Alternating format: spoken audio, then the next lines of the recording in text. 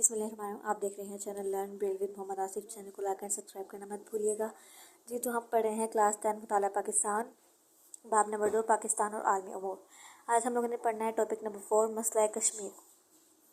مسئلہ کشمیر کی ابتدا۔ نمبر 1، پاکستان اور بھارت دونوں مسئلہ کشمیر پر ایک بنیادی نظریے پر کھڑے ہونے کا دعویٰ کرتے ہیں۔ تقسیم ہند کے وقت جموں کشمیر برطانوی راج کے قبضے میں ایک ریاست تھی۔ جب ہندوستان کو تقسیم کیا جا رہا تھا تو جن علاقوں میں مسلم اکثریت تھی وہ علاقے پاکستان اور جہاں ہندو اکثریت تھی وہ علاقے بھارت کو دیے گئے۔ کشمیر میں اکثریتی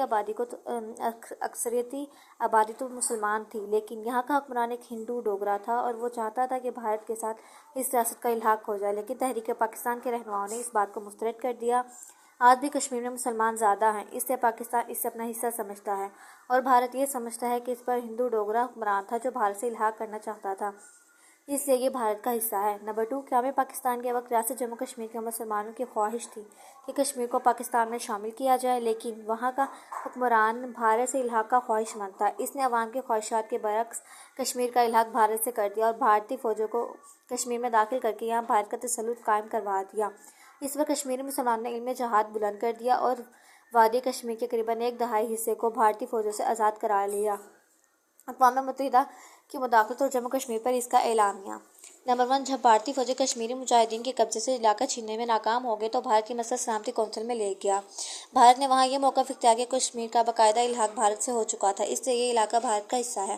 بھارت نے مزید دعویٰ کیا کہ پاکستان نے کشمیر پر حملہ کیا ہے، جس کا مطلب بھارت پر حملہ ہے۔ نمبر 2، پاکستان نے کشمیر کی بھارت کے ساتھ الحاق کی قانونی حیثیت کو چیلنج کیا اور سلامتی کونسل کو حقیقت حال سے آگاہ کرتے ہوئے زور دیا کہ کشمیر کے مستقبل کے فیصلے کا حق اس کے راجہ کو نہیں بلکہ وہاں کے عوام کو ملنا چاہیے۔ سلامتی کونسل نے 1949 میں قرارداد کے ذریعے سے کشمیر میں جنگ بندی کی اپیل کی، چنانچہ اس قرارداد کے بعد جنگ بندی عمل میں آئی۔ سلامتی کونسل نے اپنے اعلامیے میں پاکستان کے اس موقف کو تسلیم کر لیا کہ کشمیر کے مستقبل کا فیصلہ ریاست کے عوام کی مرضی کے مطابق ہوگا اور اس مقصد کے لیے اقوام متحدہ کے زیر نگرانی سے ضابط رائے کرایا جائے گا۔ نمبر 3، سلامتی کونسل کی اس قرارداد کو پاکستان اور بھارت دونوں نے منظور کر لیا۔ سلامتی کونسل کی اس قرارداد کے پہلے حصے پر عمل کرتے ہوئے کشمیر میں مقررہ تاریخ کو جنگ بند ہو گئی اور جنگ بندی کی خلاف ورزیوں کو روکنے کے لیے اقوام متحدہ نے جنگ بندی لائن کی نگرانی کے لیے اپنے مبصر مقرر کر دیے۔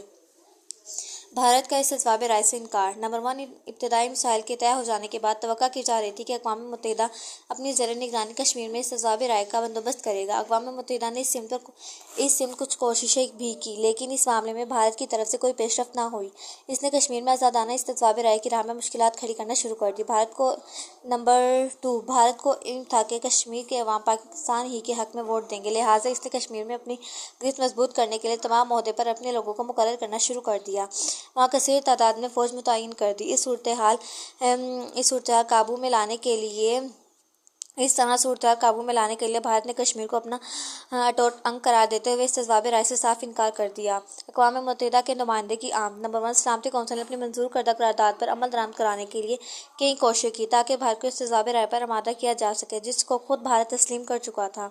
نمبر 2، اس مقصد کے لیے 1957 میں اقوام متحدہ نے ایک نمائندے کو مسئلہ کشمیر کا جائزہ لینے کی غرض سے بھارت اور پاکستان بھیجا۔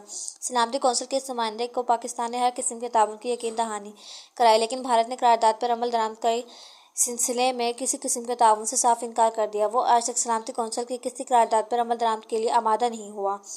اس نے اپنے اس وعدے کو بھی بھلا دیا ہے جو اس نے سلامتی کونسل اور کشمیر کے عوام سے کیا تھا۔ موجودہ صورتحال۔ نمبر 1، مسئلہ کشمیر پاکستان اور بھارت کے درمیان دیرینہ حل طلب تنازع ہے۔ کشمیر کے معاملے پر پاکستان اور بھارت کے مابین کئی جنگیں بھی ہو چکی ہیں۔ اس کے علاوہ آئے دن مقبوضہ کشمیر اور آزاد کشمیر کی سرحد، جسے لائن آف کنٹرول کہا جاتا ہے، پر بھی گولہ باری کا تبادلہ ہوتا رہتا ہے، جس میں اکثر شہری آبادی نشانہ بنتی رہی ہے۔ نمبر 2، مسئلہ کشمیر اب بھی جو کا تو ہے، جو عالمی امن کے لیے خطرہ ہے۔ عالمی امن برقرار رکھنے کے لیے اس کا حل ناگزیر ہے۔ یہ تھا ہمارا ٹاپک نمبر 4 مسئلہ کشمیر۔ تو اب یہ آپ کا ایز اے لانگ کوسچن بھی آ سکتا ہے، تو آپ اسے اچھے سے پریپیئر کریں۔ اب ہم ملیں گے اپنی ویڈیو کو لائک اینڈ شیئر کیجیے گا۔ اب ہم ملیں گے اپنی نیکسٹ ویڈیو میں اپنے نیکسٹ ٹاپک کے ساتھ۔ تب تک کے لیے اللہ حافظ۔